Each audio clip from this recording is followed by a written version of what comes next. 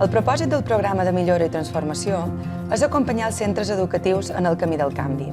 facilitant unes eines i un mètode de treball que els permeti autogestionar-se en la millora i la transformació, de manera progressiva i sostenible en el temps.